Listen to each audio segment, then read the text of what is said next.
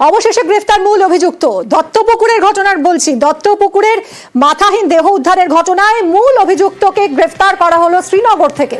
মাথাহীন দেহ উদ্ধারের পর 10 দিন গা ঢাকা দিয়েছিল এই মূল অভিযুক্ত। জম্মু কাশ্মীর থেকে তাকে গ্রেফতার করা হলো।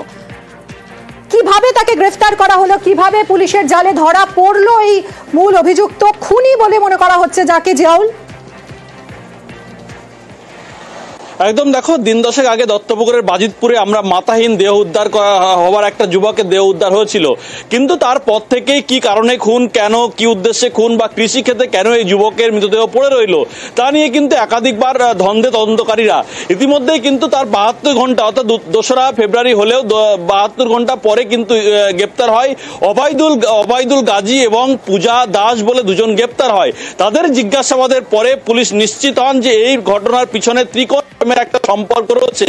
কিন্তু সেই অর্থাৎ যে যুবক হযরত গাজী, যে হযরত লস্কর যে খুন হয়েছে তারও কিন্তু বন্ধ ছিলেন প্রশাসন। ইতিমধ্যেই কিন্তু এই অবায়দুল এবং পূজাকে গ্রেপ্তার করার পরে আরো একজনকে গ্রেপ্তার করে সুফিয়ান গাজী। সুফিয়ান কি হচ্ছে তার বাড়ি অর্থাৎ ঘটনাস্থল থেকে কৃষি করতে মাত্র 200 মিটার দূরে, কিন্তু 200 মিটার দূরে হলেও এই সুফিয়ানকে জিজ্ঞাসাবাদের পরে তার স্বামী কোথায়, অর্থাৎ এই সুফিয়ানের স্বামী হচ্ছেন মোহাম্মদ জলিল গাজী, তিনি কিন্তু ঘটনাস্থল থেকে পলাতক ছিল।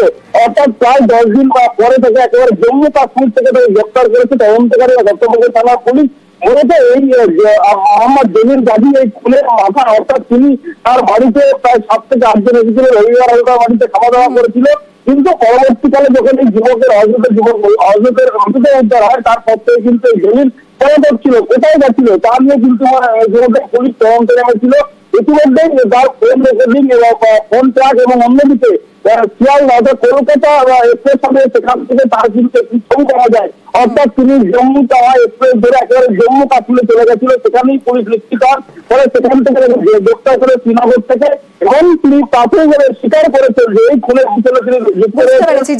অনেক ধন্যবাদ। এখন দেখার যে এই জলিলকে নিজেদের হেফাজতে নিলে পুলিশ এবার নিহত হযরত আলীর মাথার খোঁজ পায় কিনা।